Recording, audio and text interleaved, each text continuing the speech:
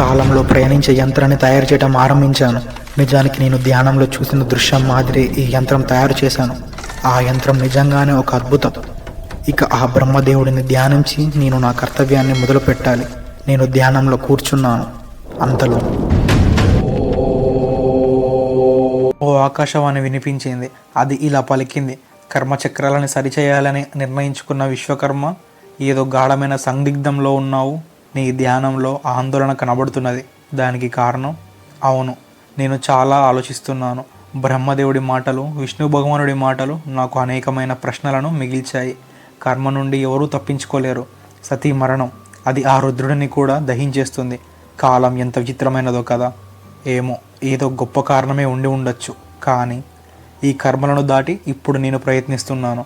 నా ఈ కర్మకి గొప్ప కారణం లేకపోవచ్చు, కానీ దీనివల్ల ఈ ముల్లోకాలు పాలించేవాడు ఆ ముక్కంటి నాకు ఏదో గొప్ప విషయాన్ని తెలియజేయాలి అనుకుంటున్నాడు. అది ఈ సృష్టికి చాలా అవసరం. సరిగానే పసిగట్టావో విశ్వకర్మ. కొన్నిసార్లు మనం ప్రశ్నలతో సమాధానాలను వెతుకుతాం. మరికొన్నిసార్లు మన దగ్గర సమాధానాలు ఉంటాయి, కానీ వాటి సరైన ప్రశ్నలు తెలుసుకోవాలి. నువ్వే గమనించి చూడు. ఈ సృష్టిలో అద్భుతాలను నువ్వే సృష్టించావు. ఆయుధాలు, ఆభరణాలు, స్వర్గం, వజ్రాయుధం, సుదర్శన చక్రం, ఇవి అన్నీ వాటికి అవే సాటి. ఇంతవరకు రాని ఆలోచన ఇప్పుడు నీకు స్ఫురించింది. కాలంలో వెనక్కు వెళ్ళాలి అని కాలయంత్రాన్ని సిద్ధం చేశావు. ఇది సతీ మరణం ఆపడానికా, రుద్రుడి ఆవేదన తీర్చడానికా, లేక ఆ పరమేశ్వరుడు నీకు స్వయంగా గురువై నేర్పిస్తున్న కర్మరహస్యమా? ఓ సంచారి, నీ కర్తవ్యాన్ని నీవు నిర్వర్తించు. ఆ పైన భారమంతా ఆ ఈశ్వరుడిదే కదా. ఒక ముఖ్యమైన విషయం చెప్పడానికి ఇక్కడికి నేను వచ్చాను. ఎట్టి పరిస్థితిలోనూ నీవు ఆ కాలంలో ఉన్న విశ్వకర్మ ఎదుట పడవద్దు.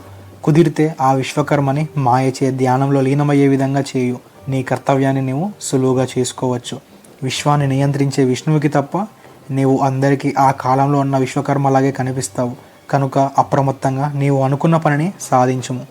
అలా ఆ ఆకాశవాణి పలికి అదృశ్యమయ్యింది. నా మదిలో కొన్ని వేల ఆలోచనలు. నా గుండె చప్పుడు నాకు స్పష్టంగా వినిపిస్తుంది. నేను ఈ సృష్టిలో మునుపెన్నడూ జరగని విధంగా ఈ కాలయంత్రాన్ని తయారు చేశాను. నేను సృష్టించిన వాటిలో ఇదే అద్భుతమైనది, ఆశ్చర్యం కలిగించేది. కాలాన్ని కూడా ఇది చీల్చుకొని పయనిస్తుంది. ఈ రథచక్రాలు కూడా సిద్ధంగా ఉన్నట్టు కనిపిస్తుంది. దీని కాంతి కంటిని చెమ్మగిల్లేలా చేస్తుంది. బంగారు స్ఫటికం వల్లే దగదగా మెరుస్తున్నది. ఇక సమయం ఆసన్నమైనది. కాంతి వేగముతో ఇప్పుడు ప్రయాణించవలే. ఇది పుష్పక విమానము కంటే అద్భుతమైనది. మనసులో బ్రహ్మని, విష్ణువుని, ఆ పరమేశ్వరుడిని స్మరించుకొని నా ప్రయాణాన్ని ఆరంభించాను. సతీరక్ష విధానం ఆరంభ, త్రికాల సత్యం పునరుత్థానం. ఒక దట్టమైన అడవిలోకి నేను వచ్చాను. ఈ ప్రదేశంలోనే నేను ఏకాంతంగా ధ్యానం చేస్తూ ఉంటాను. అయితే నేను మొదటిగా చేయవలసిన పని నాలానే ఉన్న నన్ను నేనే మాయ చేయటం. ఇంతకీ ఇది ఎలా సాధ్యం? నాకు స్ఫురించిన ఆలోచన నిజంగా నన్నే మాయ చేస్తుంది. బ్రహ్మ చేసిన సృష్టినే నేను చేయగలను.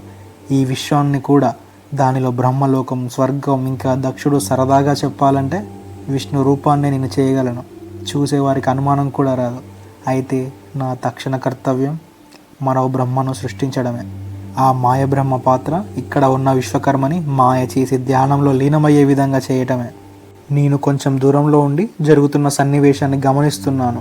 ఆ మాయ బ్రహ్మ నాలానే ఉన్న నా దగ్గరకు వచ్చి దర్శనమిచ్చాడు. నేను ఆ ప్రభువుకు సాష్టాంగ ప్రణామం చేశాను. ఆ ప్రభువు నాకు ఇలా సెలవిచ్చారు: నాయనా విశ్వకర్మ, ఈ సృష్టిలో రానున్న కాలంలో కొన్ని సంఘర్షణలు జరగబోతున్నాయి. ఆ తర్వాత పరిస్థితులు చక్కబడి లోక కళ్యాణం జరుగుతుంది. సృష్టి, స్థితి, గతి పరిపూర్ణమవుతుంది. అంతవరకు నీవు ఒక పని చేయవలసి ఉంది. నా మాట వింటావని నమ్ముతున్నాను. దీనికి నువ్వే సమర్థుడవు. అప్పుడు నేను ఇలా అన్నాను: స్వామి, ధన్యుడను. ఊరికే రారు మహానుభావులు తాము అదముల ఇంటి కడకు. కారణములు ఎల్లా మంగళముల కొరకే. మీరు నాకు ఇచ్చినది ఆదేశం కాదు స్వామి, నా బాధ్యత. నేను తప్పకుండా దానిని నిర్వర్తిస్తాను. ఇంతకీ అదేమిటో తెలుపండి. సృష్టిలో సంఘర్షణలు అని ఏదో అన్నారు, అది ఏమిటి? మాయబ్రహ్మ ఇలా పలికాడు: నాయన, సరైన కాలంలో ఆ విషయం నీకే తెలుస్తుంది. నీ కర్తవ్యం కఠినమైన సాధన. నీవు ఆ శివుడి కొరకు తక్షణమే తపస్సు చేయనారంభించాలి. రానున్న కాలంలో నీకే అన్ని విషయాలు అర్థమవుతాయి. అంతవరకు సెలవు. ఆ స్వామి నా కర్తవ్యాన్ని తెలిపి అదృశ్యమైపోయాడు. వారేవా, ఈ మాయబ్రహ్మ నా పనిని చాలా తేలిక చేశాడు. ఈ విశ్వకర్మ ఇక ఆ అడవిలో ఘోర తపస్సులో లీనమైపోయి ఉంటాడు. నేను ఇప్పుడు అందరికీ ఇతనిలానే కనిపిస్తాను. ఒక్కరికి కూడా అనుమానం రాదు. ఆ విశ్వాన్ని నియంత్రించే విష్ణుమూర్తికి తప్ప. కొంచెం ఇప్పుడు నా మనస్సు కుదుట పడింది. నా కర్తవ్యాన్ని నేను మొదలు పెట్టవచ్చు. ముందుగా ఎక్కడికి వెళ్ళాలి? కైలాసంలో ఉన్న సతీరుద్రుల దగ్గరికి వెళ్దామా? లేక కుట్రతో రుద్రుడిని యజ్ఞానికి ఆహ్వానించని ఆ దుష్టబుద్ధి మాయ ఆవరించి ఉన్న దక్షుడి దగ్గరికి వెళ్దామా? అసలు దక్షుడు ఎందుకు ఆ రుద్రుడిని ఆహ్వానించలేదు? ఎందుకు అంత ఆగ్రహం నా తండ్రి మీద? ఇలా నా ఆలోచనలతో పాటు నేను ఆ అడవిలో గందరగోళంలో పడిపోయాను. దీని నుంచి బయటపడేందుకు ఏ దారి కనిపించకపోతుందా అని ఆలోచిస్తున్నాను. ఇంతలో ఒక సేవకుడు పలకరించాడు. అతను దక్షుడి సేవకుడు. అతడే సప్త ఋషులలో ఒకడైన భృగు మహర్షి. ఏంటి విశ్వకర్మ, సుదీర్ఘంగా ఏదో ఆలోచిస్తున్నావు? నా రాకను కూడా గమనించలేదు. ఏమిటి ఈ విషయవాంఛ? అలా ఏమీ లేదు భృగు మహర్షి. దక్షుడి యజ్ఞం గురించే ఆలోచిస్తున్నాను. నా కర్తవ్యమే సభను అద్భుతంగా అలంకరించడం కదా. అంతే కదా మరి. నీ రాకకు దక్షుడు వేచి చూస్తున్నాడు. మేము అందరం కూడా నీవు చేసే అద్భుతాలను చూసేందుకు ఎదురు చూస్తున్నాము. తక్షణమే నిన్ను నాతో తీసుకురమ్మని దక్షుడి ఆజ్ఞ. ఇక మనం బయలుదేరదామా? అయితే నా ప్రయాణం ముందు దక్షుడి దగ్గరకు అన్నమాట. మనం ఒక్కడుగు ధైర్యంగా ముందుకు వేస్తే సమస్త విశ్వం నీ మార్గాన్ని నిర్దేశిస్తుంది. ఇప్పుడు నా గమనంలో మొదటి అడుగు ఇదే. భృగు మహర్షితో సమ్మతించి దక్షుడి ప్రదేశానికి బయలుదేరాము. కన్కల్లో దక్షుడి రాజ్యం సుభిక్షంగానే ఉంది. ఎంతైనా బ్రహ్మదేవుడి కుమారుడు కదా. ప్రజాపతి దక్షుడికి ఒక్క రుద్రుడి మీదనే ఎందుకో చిన్న చూపు. ఆ విషయం సూక్ష్మంగా తెలుసుకుందాం. తన 27 మంది కూతుర్లను చంద్రభగవానుడికి ఇచ్చి కన్యాదానం చేశాడు. సాక్షాత్తు ఆ ఆదిశక్తి అవతారమైన సతి అంటే దక్షుడికి చాలా ఇష్టం. కానీ ఒక్క రుద్రుడి విషయంలోనే అతను మూర్ఖుడిలా ఉన్నాడు. ఏమో, అది దగ్గర నుండి చూడవలసిన సమయం ఆసన్నమైనది. చూద్దాం. మొత్తానికి దక్షుడి రాజ్యానికి వచ్చేసాము. రా విశ్వకర్మ రా, నీకోసమే నా ఈ ఎదురు చూపు. ఇక ఈ దక్షయజ్ఞం చరిత్రలో నిలిచిపోయే విధంగా ఏర్పాట్ల బాధ్యత నీదే. నీవే దగ్గరుండి అన్ని కార్యక్రమాలు నీ చేతుల మీదుగా జరిపించు. దక్షుడి పలకరింపులో ప్రేమ, గౌరవం స్పష్టంగా తెలుస్తున్నాయి. నా బాధ్యత నాకు మళ్ళీ గుర్తు చేశాడు. నా రాకకు తన సంతోషం నాకు ఆనందాన్ని ఇచ్చింది. మీకు నా హృదయపూర్వక నమస్కారాలు బ్రహ్మపుత్ర దక్ష. ఎంతైనా ప్రభువులు అనిపించుకున్నారు. బరువులు సేవకులకు ఇచ్చేశారు. ధన్యుడను. బరువులు అయినా బాధ్యతలు అయినా మోసేవాడికే ఆ పరమేశ్వరుడు ఇస్తాడు కదా విశ్వకర్మ.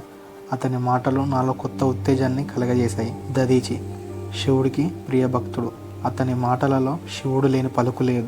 శివతత్వం లేని కర్మ ఉండనే ఉండదు. దదీచి రాకతో దక్షుడు ఒక మారు మాట మాట్లాడకుండా తదుపరి కర్తవ్యాలన్నీ నీవే చూసుకో విశ్వకర్మ అని చెప్పి అక్కడి నుండి వెళ్ళిపోయాడు.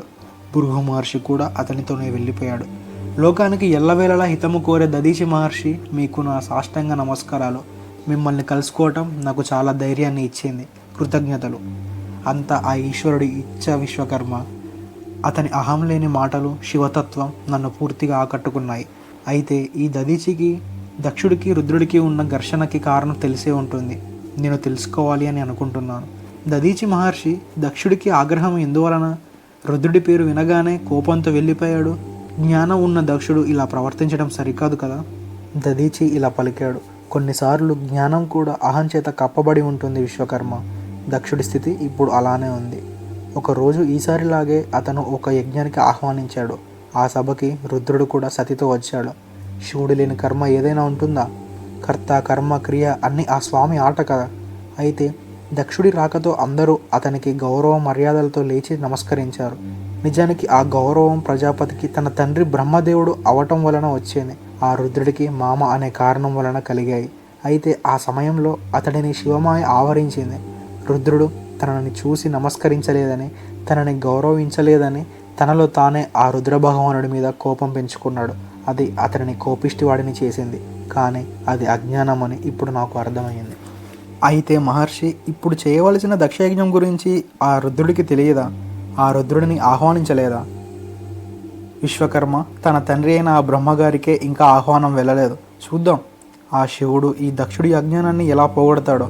ఆ రుద్రుడి కోపాన్ని, రౌద్ర రూపాన్ని ఈ దక్షుడు చూడకపోవటమే చాలా మంచిది.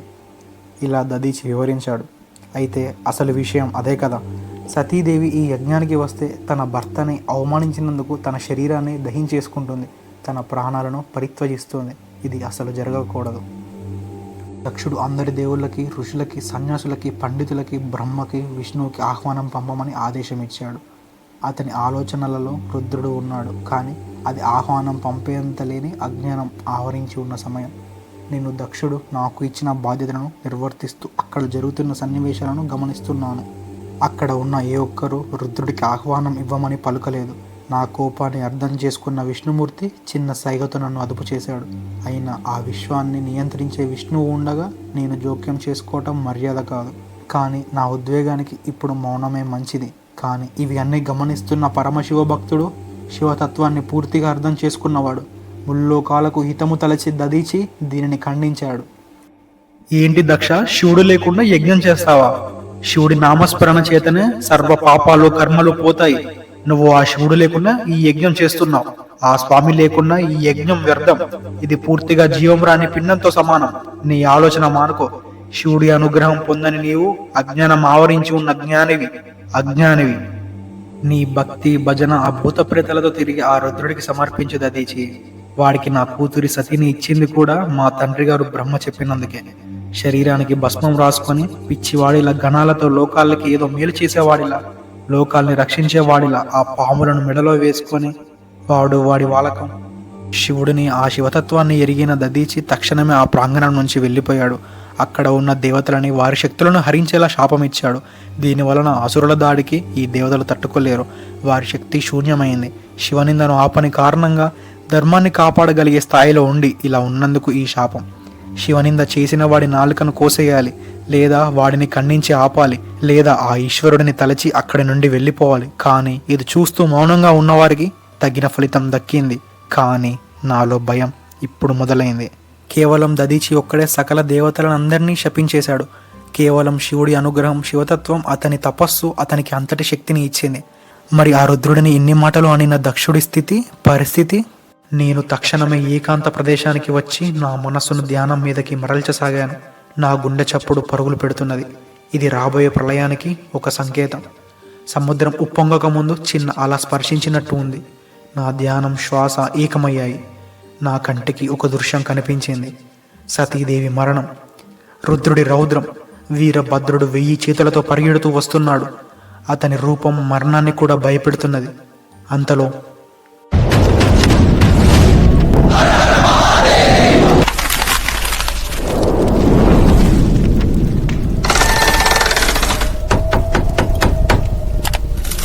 and always thanks for watching. Do subscribe my journey SG. సర్వం శివం జగత్. మీరు కొంచెం సబ్స్క్రైబ్ చేయడం వల్ల నాకు కొంచెం మోటివేషన్లో ఉంటుంది, సపోర్ట్లో ఉంటుంది. So do subscribe and thanks again.